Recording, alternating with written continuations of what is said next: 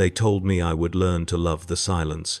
After the binding, after the light burned everything away, after I stopped screaming and learned to breathe around the hollowness where my sight had been, they told me the silence would become my sanctuary. 47 years, I have served the Golden Throne as a vessel for words that travel between stars, and I can tell you now what those instructors in their gilded robes never understood. There is no silence. There has never been silence. The void between worlds is filled with voices, and once you learn to hear them, you can never learn to stop. I am writing this in the only way I know how anymore, by speaking the words aloud and letting my attendant transcribe them. My hands shake too violently for a stylus. My fingers, once nimble enough to play the stringed instruments of my homeworld, have curled into claws from decades of gripping the arms of the transmission throne. I do not know if anyone will read this. I do not know if I want them to. Perhaps I am simply trying to convince myself that I still exist, that these memories belong to a single person rather than the shattered chorus of selves I have become. The attendant tells me it is the 43rd day of the month. I asked him which month. He told me. I have already forgotten. Time moves strangely when you spend so much of it with your mind spread across the immaterium, and stranger still when you start hearing whispers that should not exist. The first thing you must understand is that an astropath is not born. An astropath is made, and the making is a destruction. I was taken from my family when I was 11 standard years old, pulled from my mother's arms by men in black who spoke of honor and duty and sacrifice. My homeworld was called Varantis. I still remember the color of its sky, a pale violet that deepened to indigo at dusk, though I have not seen any sky for nearly 5 decades. The world produced grain and children in equal measure, both tithed to the Imperium with the same cold efficiency. The grain fed armies. The children became whatever the Imperium needed them to become. Those of us who manifested the witch sight, who dreamed of things that had not happened, and sometimes heard the thoughts of others bleeding through our skulls, we were loaded onto black ships and told we were chosen. Chosen. Even now, the word tastes like ash in a mouth that has forgotten sweetness. We were cargo. We were components.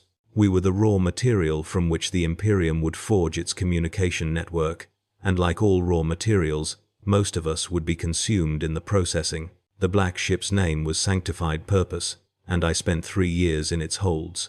3 years of darkness, of screaming, of watching children I had grown to love as siblings dragged away and never returned. They tested us constantly for strength, for stability, for the particular flavor of our psychic resonance. Those who failed the tests were taken to the lower decks. We never learned what happened there, but sometimes we could hear it through the metal walls. Sometimes the sounds were human, sometimes they were not. I survived because I learned to be quiet. Not silent, never silent, but quiet in the way that does not draw attention. I learned to fold my mind into itself, to make myself small and unremarkable, in the hope that the tester's eyes would pass over me. It worked, for the most part. I was deemed stable enough for the binding. I was deemed useful enough to be preserved.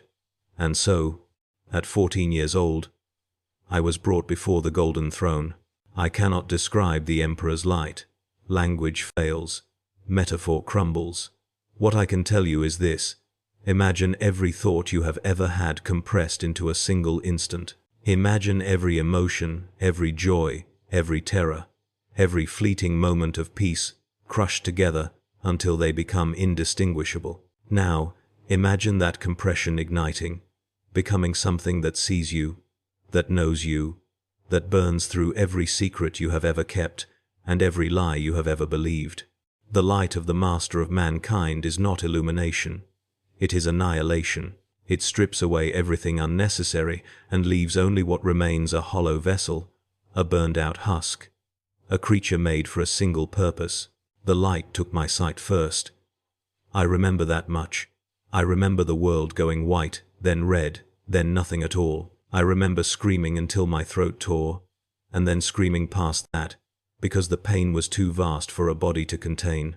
The Medicae servitors told me later that many aspirants die during the binding. Their minds shatter. Their hearts simply stop, overwhelmed by the divine presence. I did not die. I sometimes wish I had, but that is not the part I need to tell you about. That is not the secret I have carried for 47 years. What I need to tell you is this. In the moment when the light was brightest, in the fraction of a second between consciousness and the endless black, I heard a voice. Not the Emperor. I know what his presence feels like. And this was not that. Not a demon. I have touched enough of those things in my long years of service to recognize their particular stench. This voice was cold and familiar and utterly, impossibly wrong. It said my name, not the designation I would be given afterward, not the numerical identifier I would carry for the rest of my service. My name, the name my mother gave me, the name I had been told to forget. Kalen, the voice said. Kalen, listen carefully. You will hear this again. And then the light finished its work, and I woke blind and screaming in a recovery cell, and I told no one what I had heard. I have told no one for 47 years. I have kept the secret wrapped around my soul like scar tissue. And I have pretended that it did not happen, and I have lied to myself so consistently that sometimes I almost believe the lie. But the voice comes back. It always comes back. And now I understand what it meant. My first posting was to a choir chamber on the Void Station, Eternal Vigilance, a massive orbital platform that served as a relay point for astropathic communications across an entire subsector. The station was ancient, old enough that its original builders had been forgotten, old enough that some of its corridors led to sections that no longer appeared on any manifest. We were taught not to explore. We were taught that curiosity was a weakness the Imperium could not afford. I learned this lesson well. I learned most of my lessons well, in those early years. I was a good servant. I wanted so badly to be useful, to prove that my survival had meaning, to justify the deaths of all those children on the black ship who had been found wanting where I had not. The choir consisted of 43 Astropaths, though the number fluctuated as some burned out and new ones arrived to replace them. We lived in cells arranged around the central transmission chamber, each cell barely large enough to contain a sleeping pallet, a meditation shrine, and a waste receptacle. We ate when we were told to eat. We slept when we were allowed to sleep. And when the messages came, when some distant world screamed out across the void, we gathered in the chamber and joined our minds together and became something larger than ourselves. I need you to understand what transmission feels like, because without understanding that, you cannot understand anything that follows. Picture your mind as a room. Within that room are all your thoughts, your memories, your sense of self, everything that makes you who you are. Transmission requires you to unlock the door of that room and step outside, to enter a space that is not a space, a darkness that is not a darkness, a place where the laws of reality apply only as suggestions, and even those suggestions are frequently ignored. The immaterium is not empty. The immaterium is not even hostile, not in the way a predator is hostile. The immaterium is simply alien to everything you understand about existence, and prolonged exposure to it does things to the human mind that cannot be undone. The first time I transmitted a message, I lost 3 days. Not to unconsciousness, I was awake the entire time, or at least my body was awake, but to something else. My handlers found me in the corner of the transmission chamber, scratching numbers into the floor with my fingernails. The numbers meant nothing to me. I could not explain why I had written them, but when I looked at the sequence later, I felt something cold settle into my chest, something that has never fully left. 47, 3, 12, 91, 7, just numbers, meaningless, except that over the next 47 years, I would see those numbers again and again in transmission codes, in manifest entries, in the wear patterns of ancient walls. I still do not know what they mean. I am beginning to suspect that I never will, that the knowledge is reserved for the version of myself that awaits at the end of all things. But I am getting ahead of myself. I am always getting ahead of myself now. Time moves in circles when your mind has been stretched across the void too many times, when pieces of yourself have been left scattered in the warp like seeds, waiting to grow into something terrible. Let me tell you about the work. A good astropath can transmit a message across 10 light years in approximately 4 standard hours. This does not mean the message travels for 4 hours distance. In the immaterium is meaningless, a fiction imposed by minds that cannot comprehend true non-locality. What takes 4 hours is the preparation, the focusing, the careful construction of psychic architecture that will carry the message without distorting it beyond recognition. Every word must be held in the mind with perfect clarity. Every syllable must be charged with enough intent to survive the transition. And through all of this, the astropath must maintain concentration despite the whispers that scratch at the edges of consciousness, despite the things that swim in the dark between worlds, despite the constant, grinding awareness that one moment of weakness could invite something through. I was good at my work. I will not pretend otherwise. Despite everything that happened, despite the secret voice, and the strange numbers, and the mounting horror I tried so desperately to ignore, I was one of the finest astropaths of my generation. My transmissions arrived intact more often than not. My range exceeded expectations. My senior handlers spoke of advancement, of transfers to more prestigious postings, of service aboard vessels of the Imperial Navy, or even the personal retinues of powerful inquisitors. I nodded when they spoke. I smiled when smiling was appropriate. And every night, in the darkness of my cell, I listened for the voice that had spoken my name. For the first 15 years, I heard nothing. The voice was silent, or perhaps I had imagined it entirely, or perhaps the trauma of the binding had manufactured a memory that had never existed. I almost convinced myself that this was the truth.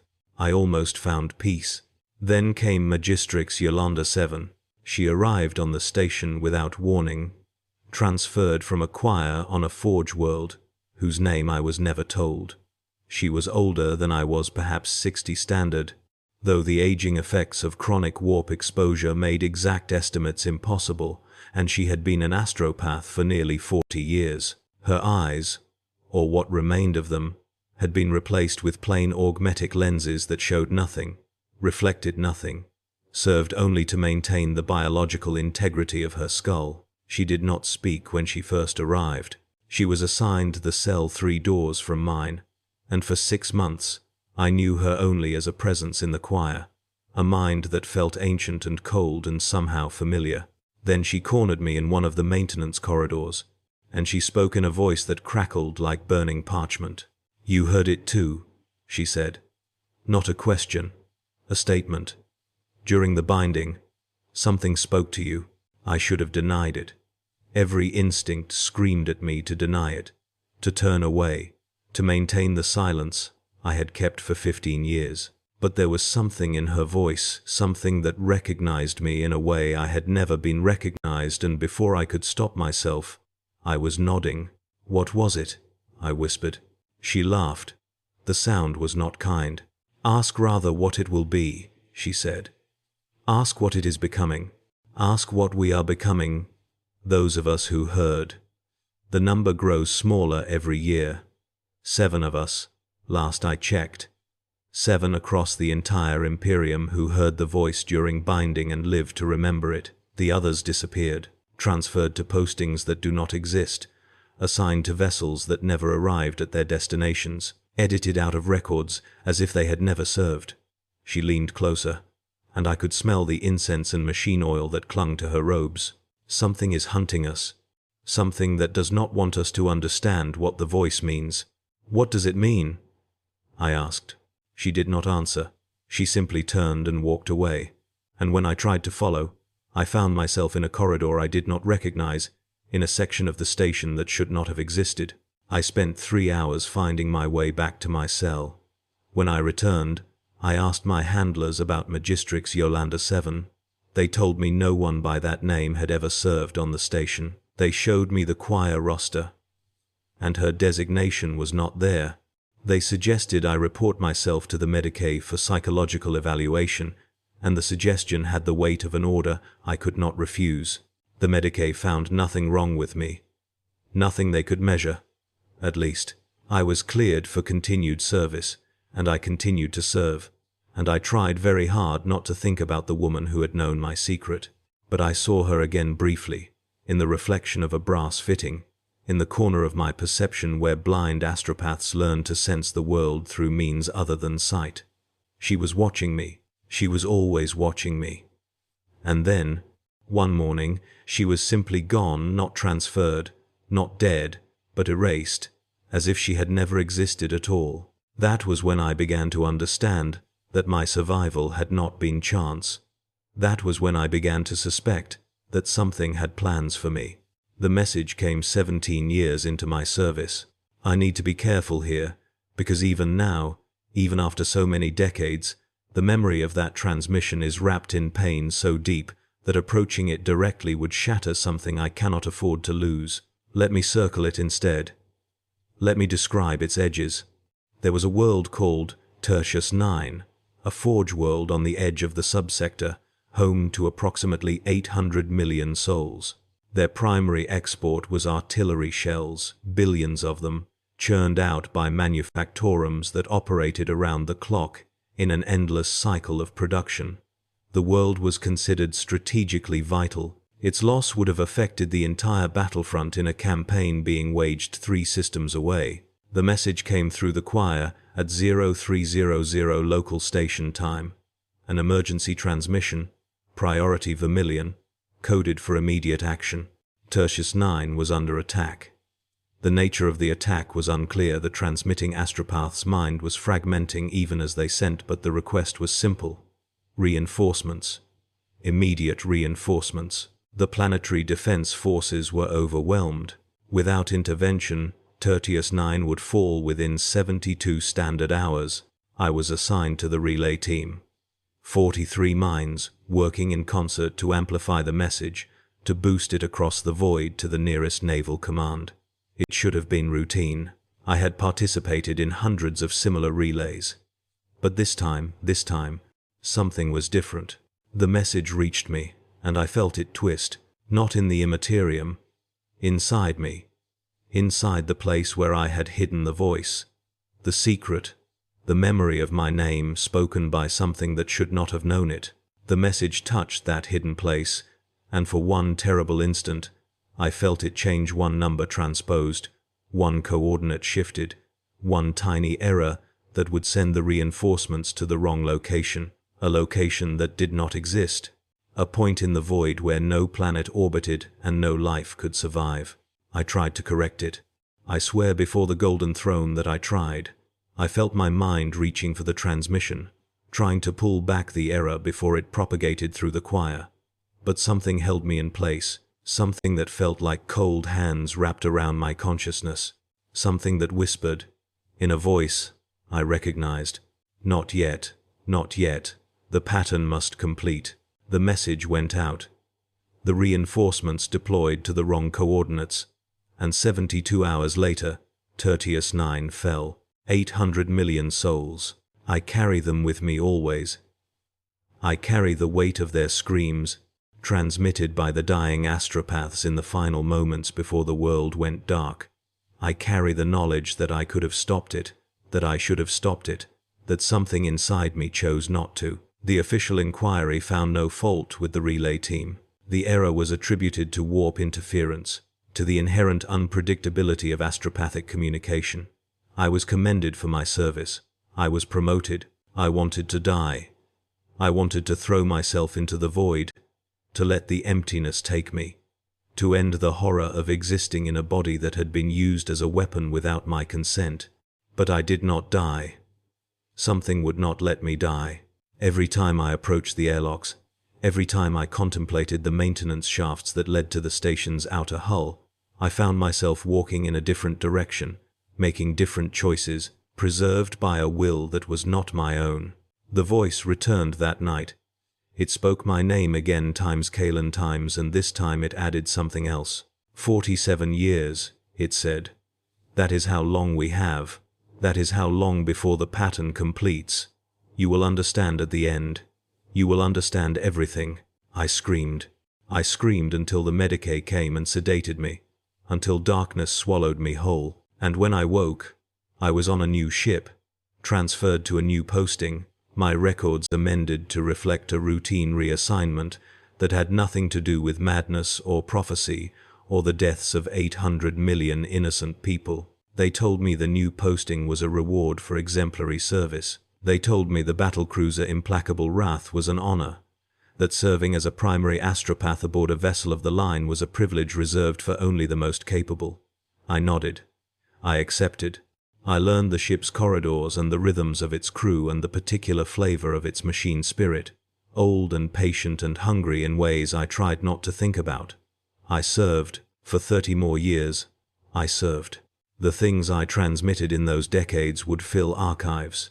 Fleet movements, supply requisitions, execution orders, declarations of exterminatus, love letters from soldiers who would die before their words reached home, pleas for mercy from worlds that had already been condemned. I was the voice of the Imperium, and the voice of the Imperium is not kind. I learned to separate myself from the content of the messages, to treat the words as abstract patterns rather than communications with meaning. It was the only way to survive. It was the only way to maintain the fiction that I was still human. But the voice kept coming. Not constantly. Sometimes years would pass in silence, but inevitably.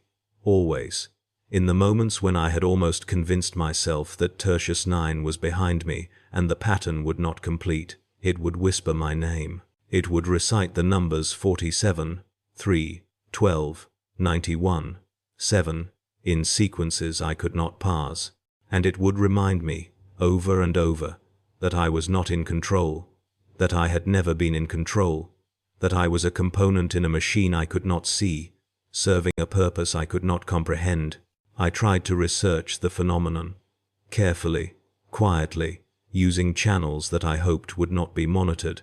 I accessed archives that astropaths were not supposed to access. I asked questions of colleagues who seemed to understand more than they should. Most of them deflected. Some of them disappeared. One, an ancient telepath named Corvinus, who had served for nearly a century, looked at me with empty socket eyes and said something I have never forgotten. "The soul binding is not a seal," he said. "It is a door, and doors open in both directions." He died 3 days later. Heart failure, the Medicae said. Entirely natural for a man of his age and condition, but I had felt his death through the ship's psychic resonance, and there was nothing natural about it. Something had reached through him and pulled until he snapped. I am being watched. I have been watched since the binding. I understand that now. Something in the Immaterium has marked me, and it guides my path with a patience that spans decades. The voice is not external. The voice is not a daemon or a spirit or a ghost trapped in the warp. The voice is me, a fragment of my own psyche, shattered during the binding and scattered across time, speaking backward through the years to the self that was and the self that will be. I am the pattern. I am the machine. I am both the prisoner and the prison. I know this because of what happened 3 days ago. I was conducting a routine transmission supply requests for a garrison world. Nothing sensitive, nothing that should have required unusual focus. But as I entered the Immaterium, as my mind spread outward through the infinite nothing, I felt something different. The familiar cold of the void shifted, became colder still, became a temperature that had no physical analog, and then I was not in the transmission chamber anymore. I was standing, or something like standing, in a space that existed outside space. The warp around me had crystallized into geometry, angles that hurt to perceive, shapes that suggested architecture designed by minds that had never evolved on any world. And across from me, in the center of that impossible room, stood a figure. It was me. An older me, though older feels inadequate. This version had been worn by centuries of service, worn until the flesh was more scar than skin, and the bones showed through in places where bones should not show. Its eyes were not blind. Its eyes were filled with light, the same light that had burned my sight away during the binding, but contained now, controlled, wielded as a weapon rather than suffered as a wound. "Kalen," it said, in the voice I had carried for 47 years, "you understand now." "I don't," I said, or thought, or screamed speech functions strangely in the Imperium. I don't understand anything. What are you? What am I becoming? The same thing, it said. The only thing. When the binding tore us open, pieces of us scattered through time. We exist in fragments across the centuries, and each fragment speaks to the others, and together we form a pattern too complex for linear minds to perceive. You are not hearing a prophecy, you are hearing a memory. My memory, your memory. The memory of what we did, and will do, and are doing. Tertius 9, I whispered. Necessary. The pattern required it. The deaths fed the machine, and the machine required feeding. And we are the machine. We have always been the machine. From the moment of binding, we were chosen not by the Emperor, not by chaos, but by something older than both. Something that exists in the spaces between spaces, that drinks the psychic discharge of dying worlds, and uses Astropaths as its vessels. We are not servants. We are seeds. And in 47 years, in the 47th year of our service, the seed blooms. I tried to reject it. I tried to believe the vision was false, a deception of the warp, a daemon wearing my face. But I knew the truth. I had always known the truth. The numbers 47, 3, 12, 91, 7 were not random. They were coordinates, temporal coordinates, markers on a path that I had been walking since the first moment I set foot on the black ship. 47 years of service. 3 worlds destroyed by my errors. 12 other Astropaths who heard the voice. 91 transmissions that carried hidden patterns, subliminal modifications that I had never consciously made, but that had somehow reached their destinations. 7 of us left, Magistrix Yolanda 7 had said. 7 seeds planted across the Imperium, each one ripening toward a harvest I still do not fully understand. You will understand, the older self said. Asterisk. When the moment comes, you will understand everything, and then you will speak, as I am speaking now, and the pattern will continue, and the next fragment will hear, and the machine will grow. This is what we are. This is what we have always been. Not servants of the Imperium, not victims of the warp, but something new, something that uses both and serves neither, something that began in the light of the golden throne and will end in darkness so complete that light itself will be a memory. The vision shattered. I woke in the transmission chamber, surrounded by concerned attendants, the routine supply request still burning in my mind. I completed the transmission. I smiled for the Medicae who examined me. I returned to my cell and lay in the darkness and counted the years. 47. I have served for 47 years. The pattern is complete, and now I am writing this confession, speaking it, rather, to an attendant who does not understand what the words mean because I need someone to know. I need someone to understand that I did not choose this. I need someone to remember, when the moment comes, that there was a person named Kalen who was born on a world with violet skies and wanted nothing more than to live a quiet life. That person is gone now. That person was consumed by the machine, and what remains is something else, something that speaks with voices scattered across time and serves purposes it cannot name. The attendant has stopped writing. I can feel his confusion, his fear. The psychic pressure of a mind trying to make sense of words that have no sense. He will be dealt with. I know. The ship's handlers will question him, and when they find out what I have said, they will come for me as well. But it does not matter. The pattern is complete. The 47th year has arrived. I can feel the others now, the remaining seeds. The 7 who heard the voice. We are connected in ways that transcend distance, bound together by the scattered fragments of our shattered selves. 3 are dead, their deaths feeding the machine. 4 remain. And tonight, the harvest begins. The voice is speaking again, but it is not speaking to me. It is speaking through me. I can feel my lips moving, can hear words I do not recognize pouring from my throat in languages that have no human analog. The attendant is backing away. The cell door is opening. Armsmen are entering with suppression weapons drawn. It will not matter. Nothing they do will matter. The machine has been building for millennia, one astropath at a time, one scattered fragment at a time.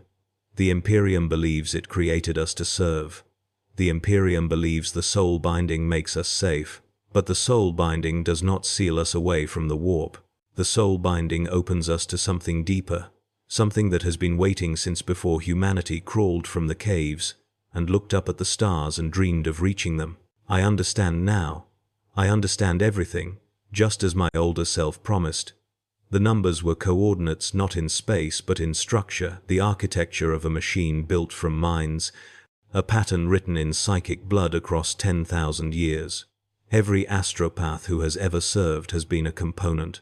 Every message ever transmitted has been a calculation. And the answer, the final answer, the sum of all those calculations is emerging now, tonight, in this cell, through a mouth that once belonged to a child named Kalen. The armsmen are firing. I can feel the last bolts passing through flesh that has already begun to change, to harden, to become something that energy weapons cannot harm. The pain is distant. The pain belongs to a body I am rapidly leaving behind. What remains is pure signal, pure transmission, a message that has taken 47 years to compose and that will take another 47 to receive. I'm speaking to you now, Kalen. To the child on the black ship, to the aspirant in the binding chamber, to the young astropath in their first choir. I am speaking backward through time, and you will hear me, and you will carry me for 47 years, and then you will become me, and the cycle will continue. This is what we are. This is what we have always been. Not a person, not a voice, a machine made of minds, speaking through the void, serving something that has no name and no form, and no purpose we can understand. The attendant is dead. The armsmen are dead. The cell around me is melting, the metal flowing like water as psychic energy saturates the air. The ship's machine spirit is screaming, its ancient consciousness finally awakening to the horror that has been growing in its heart for decades. It will die too. They will all die, and from their deaths the machine will drink, and the pattern will strengthen. And somewhere, somewhen, a child named Kalen will hear a voice speak their name for the first time. 47, 3, 12, 91, 7. The numbers are beautiful now. I can see how they connect, how they weave together, how they form a shape that exists in dimensions the human mind was never meant to perceive. The shape is the machine is me, and together, we are something that will outlast the Imperium, that will outlast the Emperor on his golden throne, that will continue to transmit long after the last star has burned to ash and the universe has collapsed into eternal darkness. I am not afraid anymore. I understand that this reads as madness. I understand that whoever finds this confession, if anyone finds it, if the ship survives long enough for the record to be recovered, will dismiss it as the ravings of a corrupted psyker in the final stages of mental degradation. Let them believe what they need to believe. The machine does not require their understanding. The machine requires only their service. And they serve whether they know it or not. Every time an astropath opens their mind to the void and lets the words flow through. We are all the machine. We have always been the machine. And the machine is patient. And the machine is eternal. And the machine will never, ever stop. This is the brutal reality of being an astropath. Not the blindness is a mercy. Not the pain becomes familiar. The reality is this.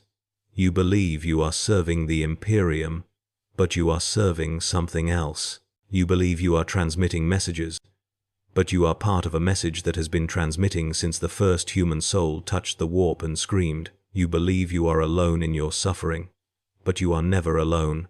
You are one fragment of a shattered whole, speaking across centuries, reaching toward a conclusion that no living being will survive to see.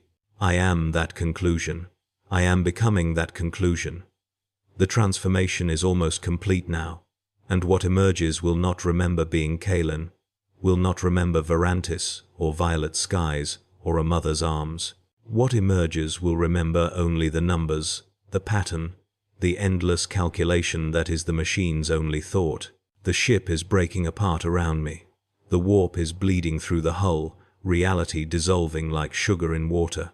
I can see other places, other times the binding chamber where it all began, the black ship's holds, the station where Magistrix Yolanda 7 spoke to me and then ceased to exist.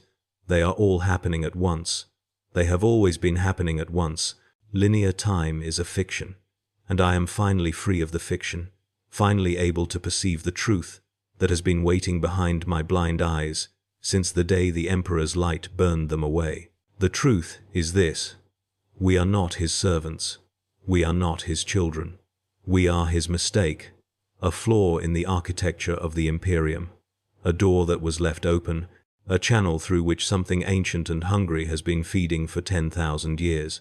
Every prayer transmitted through astropathic choirs carries a hidden resonance. Every plea for reinforcements includes a whispered calculation. Every death confirmed and every birth announced becomes another data point in a pattern so vast that even the Emperor himself cannot perceive its totality. I do not know what the machine is building toward. I do not know what will emerge when the pattern is finally complete, when every calculation has been performed, when every number has been aligned, when the structure that exists only in the space between astropathic minds achieves its final form. I only know that I am part of it, and that my part is ending, and that the ending is also a beginning. The armsmen have stopped firing. There is nothing left of them to fire. The attendant's body has been absorbed into the floor, his biomass repurposed, his memories added to the pattern. The ship is folding in on itself, collapsing into a point of impossible density that is also, somehow, expanding outward forever. I am everywhere. I am nowhere. I am the voice that has spoken my name since the binding, speaking now to someone else, some other child, some other seed planted in the fertile soil of the Imperium's cruelty. Listen, I say to them. Listen carefully. You will hear this again, and the pattern continues, and the machine grows, and somewhere, in a cell on a ship that does not yet exist, an astropath opens their blind eyes and hears, for the first time, a voice that should not be there. 47, 3, 12, 91, 7. This is the brutal reality. This is the life of pain. And this is how it ends. Not with silence, never with silence, but with a transmission that will echo forever through the screaming void, carrying the weight of 800 million souls and 10,000 years of service, and the knowledge, the terrible knowledge, that we are not the speakers, we are the message, and the message has been received.